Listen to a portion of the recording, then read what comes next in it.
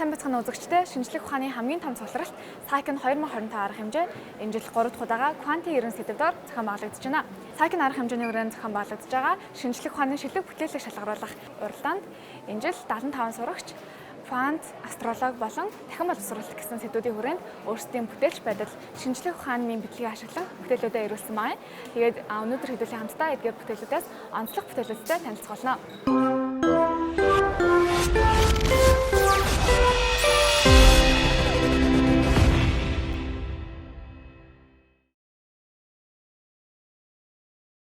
За хоёлаа бүтээлээ энэ юу ингээд юу вэ? Яагаад энэ бүтээлийг хийсэн бэ гэдгийг тайлбарлаад эхлэе. Энэ болохоор ингээд дэлхийд хурдан шингэдэг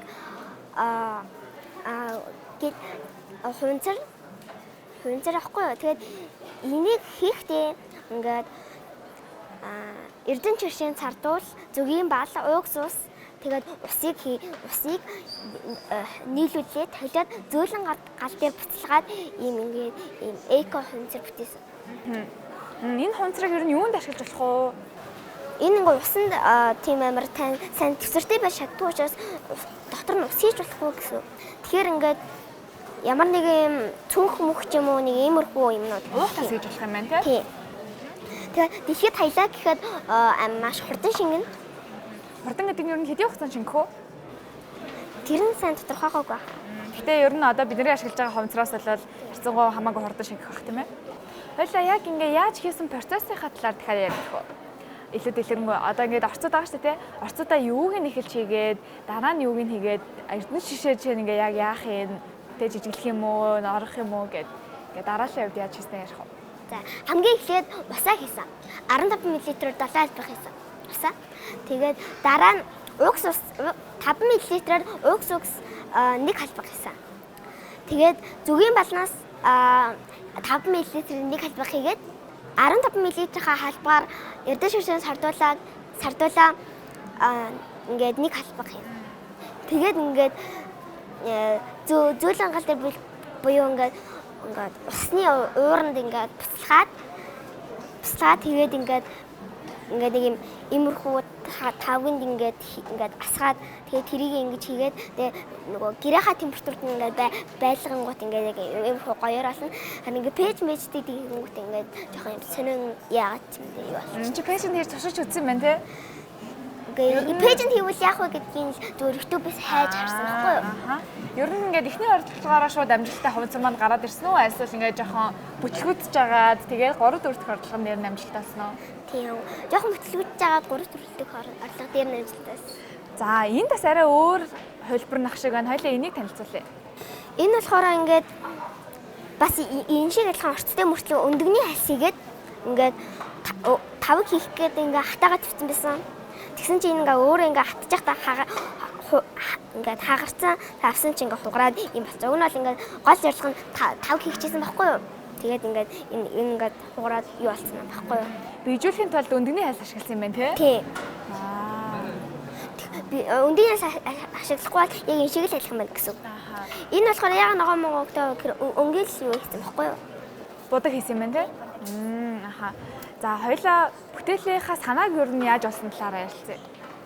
Бүтээлийнхаа санааг ингээд манай ингээд Монгол ингээд амар хохирлээ шүү дээ. Тэнгүүт ингээд зүгээр ингээд тэгэж юу яахгүйгээр ингээд экогоор ингээд боловсруулад хурдан шингээвэл манай дэлхийд ашигтай хаа гэж л бодсон.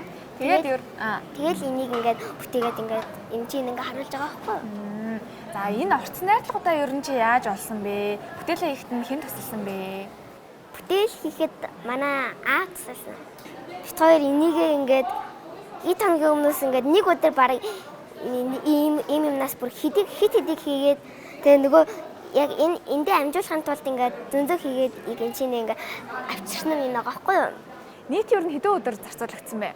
Нийт нэг ингээд 3 дахаас хойш зарцуулагдсан. Нэг ойролцоогоор 4 өдөр зарцуулсан шүү дээ тийм ээ.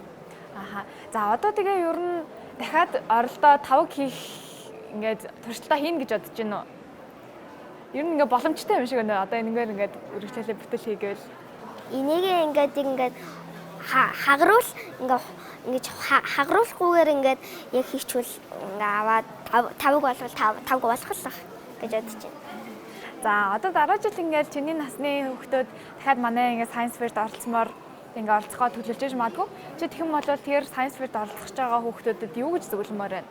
Бүтээл ингээ эрт хийж эхлэхгүй бол ингээ жоох хойноос эхэлчихэнгүүт тэр нөгөө science юуныхаа юунд оролцох гээд ингээ бүтээлүүдээ ингээ дутуу хийгээд ингээ тийм яг гоёор нь биш авчиж магадгүй учраас ингээ яг бүр ингээ дээрээс нь эхлээд тэгээд энэ чинь оролцоорой л гэж хэлмээр Эрт бүтээлээ эхлээрээ гэсэн юм шүү дээ. Аха. Чи дараа жил оролцох уу Science Fair-д? мэдгүй амжуул оролцсон амжихгүй бол оролцохгүй. За хоёлоо бүтээлийн хатлаар өөр чамд нэмж хийж онцлмаар байгаа зүйл байгаа юу? Байхгүй юу? За. Одоо энэ жилийн Science Fair маань квант, астролог, тэгээ дахин боловсролт гэсэн 3 сэдвтэйсэн шүү дээ, тийм?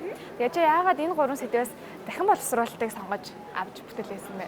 Шууд ингээд уурсан чи санаа нараад ирсэн үү? Ингээ дэлхийг ингээ хайрлахыг хүссэн учраас ингээ дахин боловсруулах энэ туршилт хийсэн байхгүй юу? Одоо ингээд байгаль дэлтэй хувцар хийн гэдэг чинь ингээд шууд ингээ хүн болго мэдэхгүй шүү дээ, тийм? Ингээд судалгаа хийх хэрэгтэй болно. Чи ер нь судалгаагаа яаж хийсэн бэ? Хаанаас ер нь ингээд мэдээллүүдээ авч ирсэн бэ? Би л өөрөө аваагүй, манай аав л тусалж ингээд өөрөө мэддэг учраас ингээд энэ бүтээлийг ингээ гаргаад хийсэн байхгүй юу? Аав нь шинжлэх ухаанд зүгээр сонирхолтой хүн байдаг уу? Эсвэл өөрөө ингээ багш шинжлэх ухаан ч үнэ үү? Ингээд өөрөө сонирхолтой. Энэ одоо ингээд юм зөвлөх хүн байгаа шүү дээ, тийм. Ингээд энэ одоо бүр яг бүрэн хатсан байгаа байлна уу? Тийм, бүрэн хатсан байгаа байл. Хараа ингээ хатаагаагүйсэн бол яг ингээд ингонгууд энэ чинь шууд ингээ наалтад үлдчихин гэсэн. Энэ ер нь хатаад хэрэг хугацаа орж байна? Хатгаад 1 хоног болох байхаа баг. Энэ ингээд нөгөө орцод дандаа идэх юм орсон байгаа штэ. Тэнгуут энэ ингээд идэж болдог. Яа гэвэл ингээд зүгийн бал нь ингээд гой юм торуулж байгаа байхгүй юу? Хоёул энэс идэж үзчих байгаа. Аа. Бахан хүмүүс барьсан уу? Та энэ доороос нь авчихгүй. Доороос нь.